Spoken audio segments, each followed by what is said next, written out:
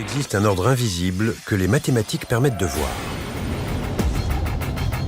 Prenez une image au rayon X d'un bras humain. Elle met en avant une suite arithmétique que l'on retrouve partout dans la nature. Un os du haut du bras est relié à 2 os de l'avant-bras.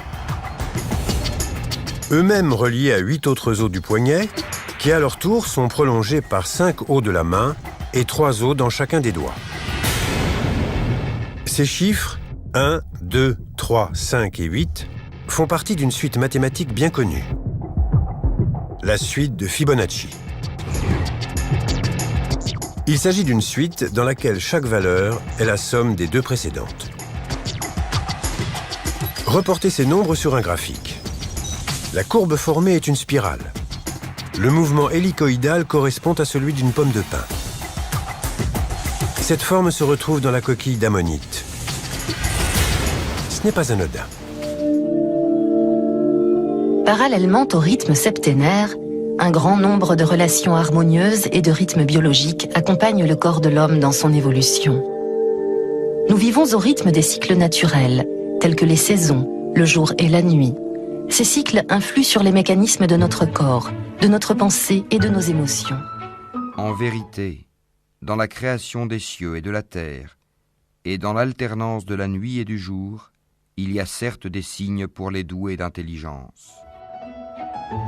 Les rythmes et les espèces de la nature se caractérisent également par des nombres et des schèmes mathématiques plus ou moins complexes. Par exemple, les pétales de la plupart des fleurs sont au nombre de 3, 5, 8, 13, 21, 34 ou 55.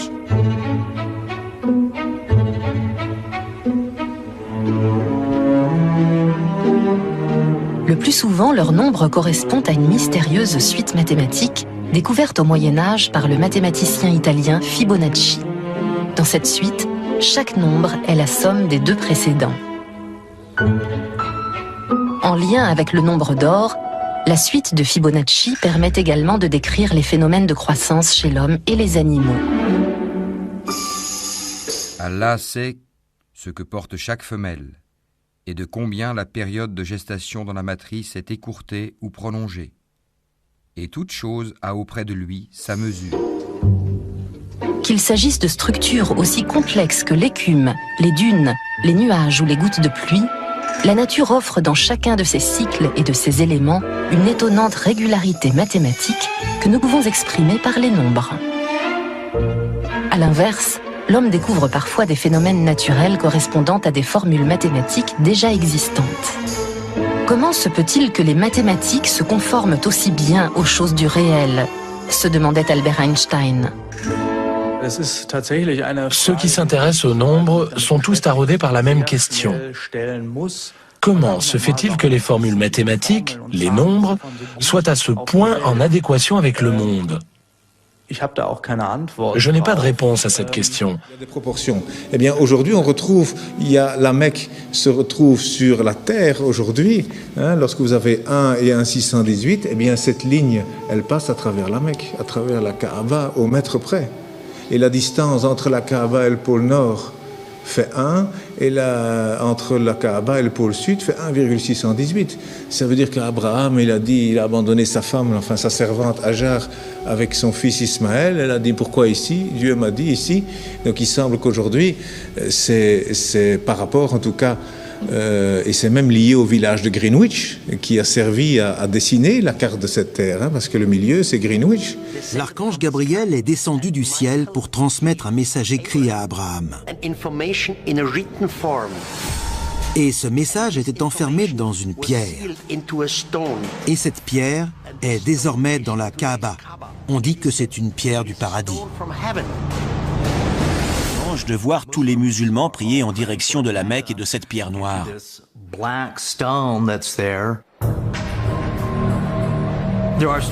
On raconte que la Kaaba de la Mecque dégagerait une certaine énergie, qu'elle stimulerait les gens, développant leur spiritualité et améliorant leur santé. Peut-être que ça vient de cette météorite, de cette pierre noire d'origine extraterrestre. Les recherches montrent que la Kaaba est dans l'alignement exact de l'étoile Canopus, des cycles de la Lune et des solstices d'hiver et d'été. Mais où et comment nos ancêtres ont-ils pu obtenir un tel savoir en astronomie? De la même manière que les planètes tournent autour du Soleil, les marches en cercle autour de la Kaaba sont une référence symbolique aux alignements des astres de l'époque. L'alignement planétaire de la Kaaba pourrait-il suggérer que les musulmans de l'Antiquité avaient un savoir secret? Leur vénération pour la pierre noire ne serait-elle pas une commémoration d'une ancienne rencontre avec des extraterrestres? Pour les théoriciens des anciens astronautes, la réponse à ces questions ne fait aucun doute. C'est forcément oui. Eh bien, il y a un verset qui contient la Mecque. La première maison qui ait été édifiée pour les gens, c'est bien celle de Baka, la Mecque, bénie, et une bonne direction pour l'univers. Dans le Coran, eh bien, le verset, il fait 47 lettres, divisé par 1,618, ça fait 29, pile poil le début du mot Mecca. Enfin, c'est un bas de Becca, mais c'est pile poil à cet endroit-là. Donc, je veux dire, quand on découvre des choses comme ça, et il y en a encore dans le Coran, il y a des vérités comme ça mathématiques, on se dit, c'est quoi ça? Mais donc, le premier message, c'était, voilà, informez-vous. Au lieu d'interpréter, d'abord le savoir. D'abord, savoir de quoi on parle. Prenez n'importe quel nombre de la suite de Fibonacci, divisez-le par celui qui le précède et vous obtiendrez un résultat proche de 1,618. Une valeur que l'on appelle le nombre d'or. Reprenons l'image du bras au rayon X.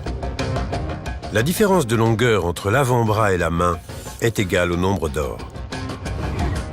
Et cela vaut aussi pour les 3 phalanges. Mais aussi pour notre ADN. Le rapport entre la longueur et la largeur d'un cycle complet de la double hélice de la molécule d'ADN est égal à ce nombre magique. La suite de Fibonacci et le nombre d'or sont des exemples d'objets fractals. La structure des nervures d'une feuille est identique à celle des branches d'un arbre. On a donc bien une même forme répétée à l'infini à une échelle toujours plus petite. Une fractale, c'est l'autosimilarité. Un motif autosimilaire est un motif qui peut être reproduit et constaté à de multiples échelles d'observation.